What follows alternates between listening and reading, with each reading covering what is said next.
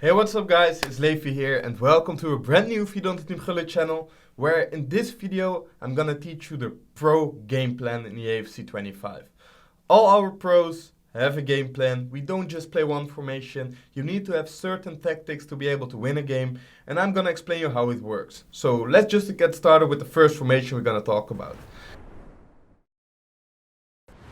So first things first, which formation are you gonna start? You need to have a starting formation, one to play out a game, and one to use when you're chasing a game. So, for me, my starting formation is a 4-4-1-1. As you can see, preset 4-4-1-1, build-up styles on balance, defensive approaches on balance, where I put the depth on 60. Then you also can see for the player roles, it's nothing too special. I don't want to exaggerate, don't have crazy attacking tactics or crazy defending tactics, as this is my starting formation, so it needs to be balanced. My goalkeeper is on goalkeeper, right back and left back, both on full back and balanced. This means they will just stay back. Both of my center backs on defender and defend. My left center mid is on playmaker and attack. My right center mid is on box to box. My right mid and left mid are both on winger. My center attacking midfielder is on playmaker, and last but not least, Wout Weghorst is on advanced forward. So as you can see, this is a pretty well balanced formation. Same goes for how it plays in game. Attacking wise, I try to find the wings, just calm, easy play, tiki-taka, nothing too special. This is just a formation I like to play whenever I'm drawing or I'm still feeling good in the game. Then I would just play my 4-4-1-1. So what you need to think about in your balanced formation are a few things. It obviously depends on your playstyle, but looking from my point of view, I want to have a few things. I want to have enough people going forward, enough people being back once defending. I don't want to be vulnerable for counterattacks, and I want to be able to counterattack. So these are a few things you need to keep in mind with your starting formation. So I won't go for like defensive tactics 5-3-2. This is probably better when you're seeding out a game. And you also don't want to go for 2 attacking, 4-1-2-1-2, going everybody forward. This is also something you maybe want to do when you're chasing a game. You need to think about the fact that if you are starting too defensive, if you're starting very defensive and you maybe go up, you also can't change anything. So that would feel a bit weird. And the other way around, if you are pressing up really, really high, always like going for it, going for your opponent, you want to score a lot of goals. But what happens if you go down and it doesn't work? You can't change to something even more attacking. That's what you need to keep in mind. And that's why we have 3, maybe even 4 or 5 formations. In this video, I'm just going to tell you 3. I'm going to tell you 2 other formations, and I will tell you why I use them in certain scenarios. So the formation I'm using when I'm comfortably leading a game, 10 minutes on the clock, is the 5-3-2, where the defensive style and the build-up style will both be unbalanced. Again, the line will be put up to 60, nothing too special. I don't want to allow my opponent to reach my box too easily, that's why I don't go too deep. And if you play on counter, which might sound good, all your players will bump forward. So it sounds defensive, but it actually is attacking. So that's something to keep in mind as well.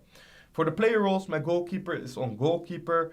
Fullbacks, both on fullback and defend, they won't go forward anymore, they're just available for the pass. We're wasting time right now, guys. All 3 of my center backs on defend and defend. My CDM is on deep lying playmaker. Valverde, my right center mid, is on holding. My left center mid is on box to box. My left striker, which is Weghorst, is on target forward and balanced.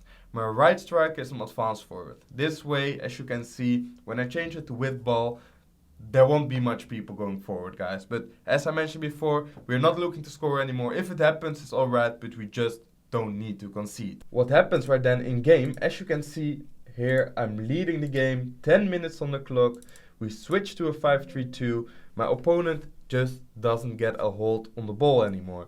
I'm just able to play it from the left to the right side. No risk. If I lose the ball, there will still be 8 players behind the ball, so it's no worries. Going forward, I still will have 2 strikers, so if I can find them, I will. If I don't, I just play it around the back. And the best thing about it is that if you lose the ball, there's not many risks, because you have 5 defenders who will just stay back, and also 3 midfielders who don't go up too much. So 5-3-2 is a recommendation. If you're leading a game in FUT Champs, you're not feeling that comfortable, go and switch to this 5-3-2 tactics. It will help you out for sure.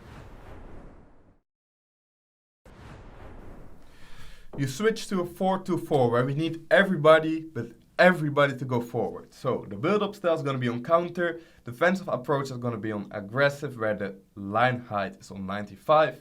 My goalkeeper this time is on sweeper keeper. If there are through balls, I need my goalkeeper to catch them.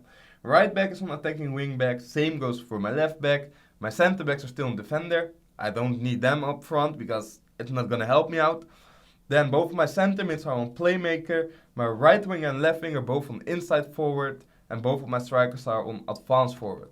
This way, everybody's going forward. So when I lose the ball up high, everybody will still be there to be able to press. Aggressive high line. The thing you also need to do is to put up your team press. You do that by pressing your D-pad arrow up and then to the left. Then your team will just go forward. It is a lot of risk, but we are chasing a game. 10 minutes in, 2 goals we need to win. You see what happens. We changed to the 4-2-4, and as you can see, my opponent can't get out of my press, and there are so many players going forward. So here, we equalize with Fini, means 4-4, we hit the gritty. Still 7 minutes on the clock, but we are feeling comfortable in this 4-2-4 now. My opponent couldn't get a hand on it, he doesn't know what to do. So we stay, we take the risk, we stay, we keep on pressing. I would not recommend to do this, but sometimes when you feel good, sometimes in life you have to take risk, you know? So we keep pressing, 4-2-4, everybody goes forward. What happens? We get another chance, we press up high, we win the ball back, 90th minute, last kick of the game, we score. That's what these 4-2-4 tactics do for you guys, and that's how a pro player's game plan works. Unfortunately, you won't always win games easily. You have to change up things like tactics, instructions, the way you play style. You have to change things to be able to win as many games possible. And that means for you, for me, for everyone who's playing FC, a game plan matters. And I hope I helped you guys out by creating this video. I hope you learned a bit about how to use a game plan, what kind of game plan should you use, and how to change your tactics. All that I want to ask you guys to make sure to put your thumbs up on this video. If you haven't pressed that subscribe button yet, I give you 3 seconds. 3, 2, 1. Thanks for subscribing, and I see you guys next time.